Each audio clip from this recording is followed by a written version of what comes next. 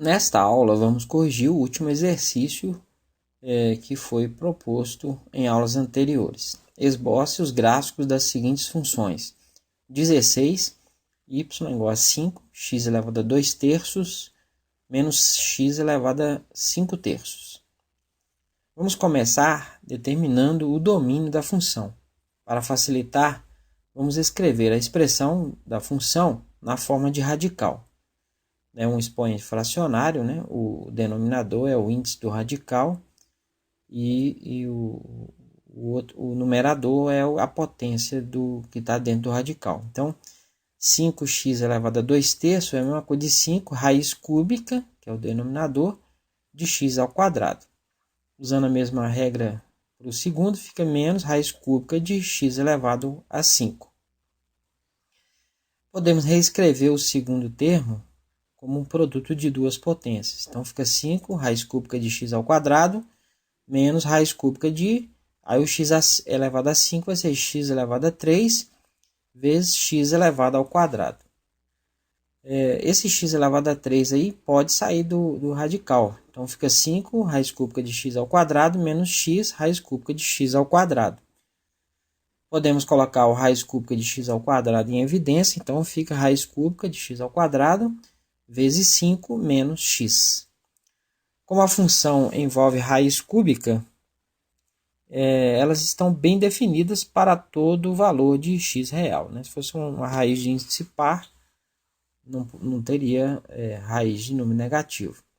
Sempre haverá um valor real de uma raiz de índice ímpar, mesmo que o argumento do radical seja negativo. Portanto, o domínio da função é o conjunto dos números reais.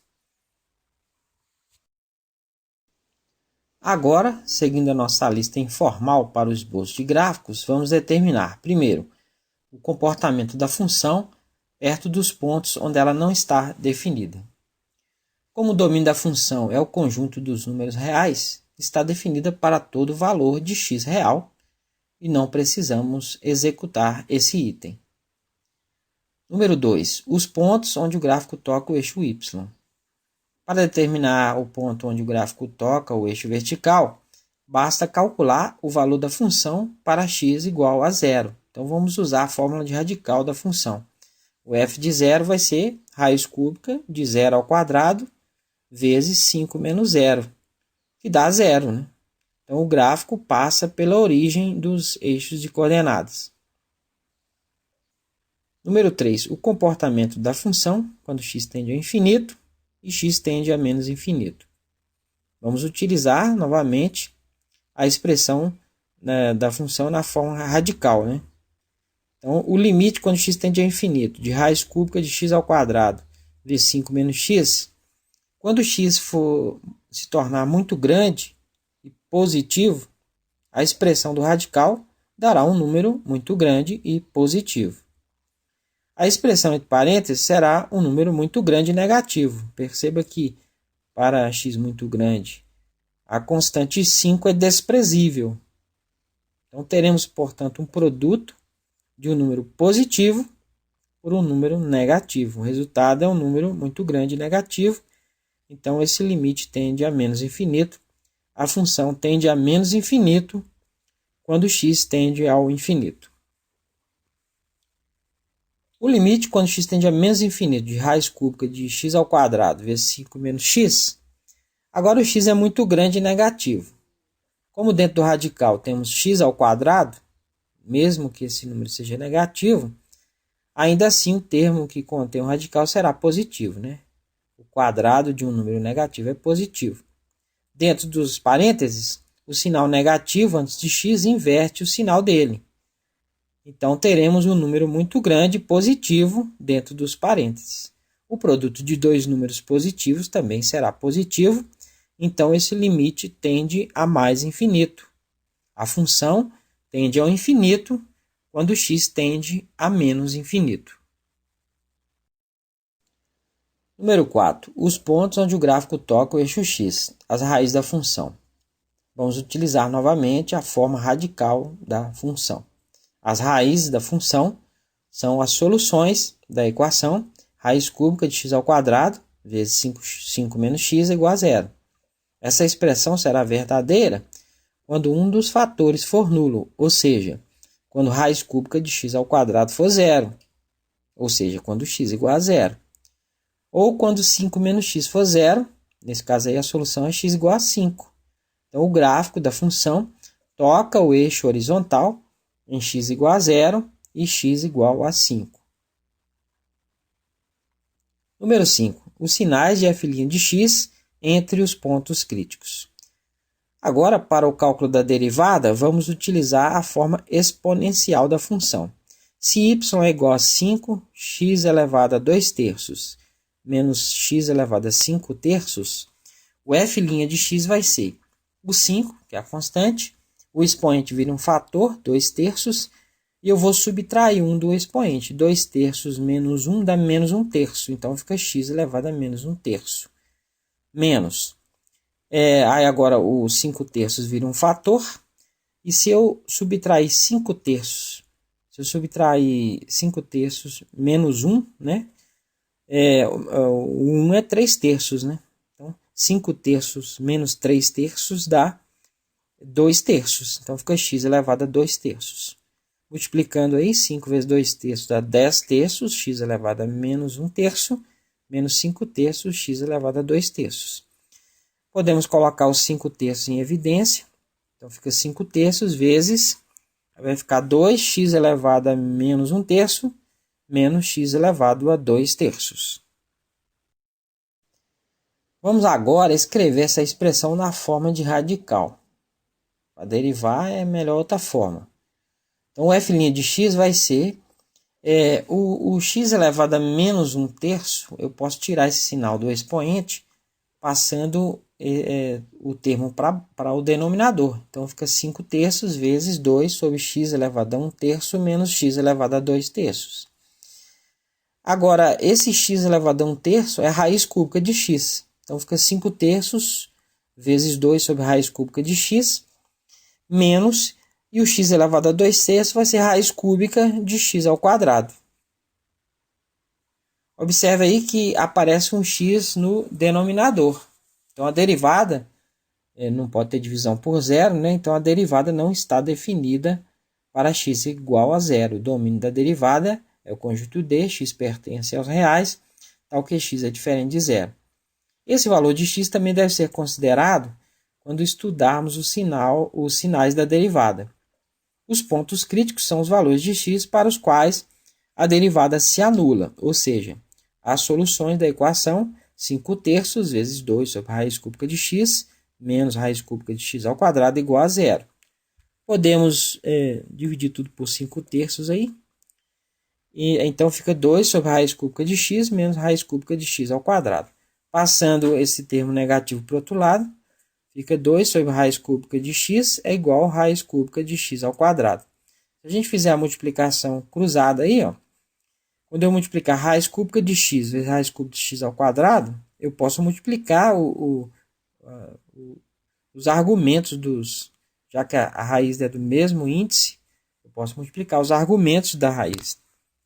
Então fica a raiz cúbica de x vezes x ao quadrado, x ao cubo, é igual a 2. Raiz cúbica de x ao cubo é x. Então, o resultado é x igual a 2.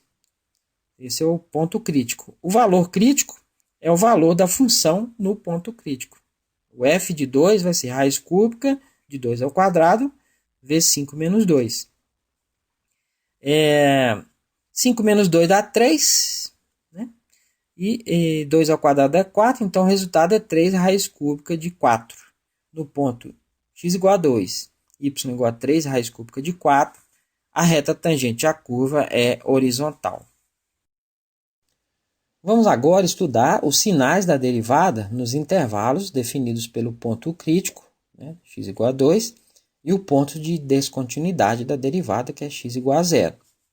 Então, para o intervalo x menor do que 0, vamos determinar o valor da derivada em x igual a menos 1. Então, o f' de menos 1 vai ser 5 terços vezes 2 sobre raiz cúbica de menos 1, menos raiz cúbica de menos 1 elevado ao quadrado. Então, fica 5 terços. Raiz cúbica de menos 1 é menos 1, né? Eu vou dividir 2 por menos 1, dá menos 2. Menos 1 ao quadrado é 1, então a raiz cúbica de 1 é 1, então fica menos 1 no parêntese. Então fica 5 terços, menos 2 vezes menos 2, menos 1 dá menos 3. Eu posso cancelar o 3 com o 3 de baixo, aí vai ficar menos 5. Então a derivada é negativa no intervalo, então a função é decrescente. Para o intervalo 0 menor que x menor que 2, vamos determinar o valor da derivada em x igual a 1. Então, f' de 1 vai ser 5 terços vezes 2 sobre raiz cúbica de 1, menos raiz cúbica de 1 ao quadrado. Então, fica 5 terços, raiz cúbica de 1 é 1, 2 dividido por 1 dá 2, menos, e 1 ao quadrado é 1, raiz cúbica de 1 é 1. Então, fica menos 1 aí, 2 menos 1 dá 1, vezes 5 terços dá 5 terços. A derivada é positiva no intervalo e a função é crescente.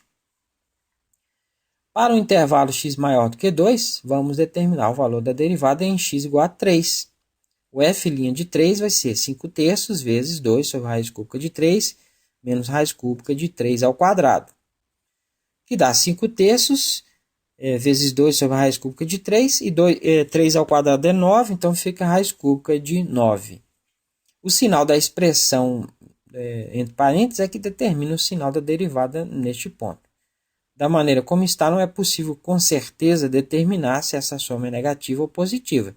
Então, vamos tentar reescrevê-la de outra forma. Vamos racionalizar o primeiro termo, multiplicando numerador e denominador por raiz cúbica de 9. E a expressão se torna 5 terços vezes 2 sobre raiz cúbica de 3. Aí eu vou multiplicar por raiz cúbica de 9 em cima e embaixo, menos raiz cúbica de 9.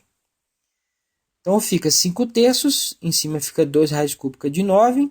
Aí eu tenho de novo, duas raízes cúbicas, eu posso multiplicar os argumentos. 3 vezes 9 dá 27, então fica raiz cúbica de 27 menos raiz cúbica de 9.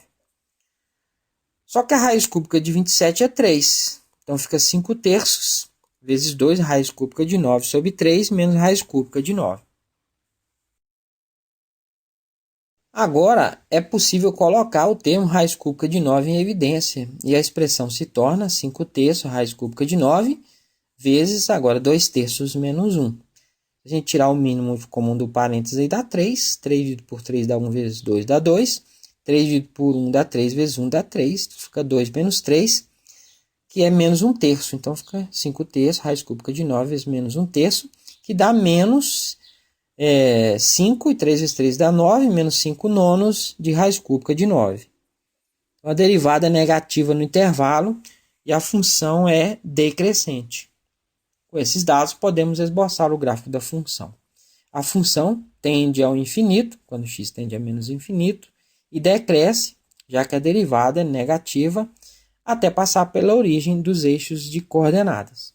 Depois cresce, já que a derivada é positiva, até atingir o ponto crítico.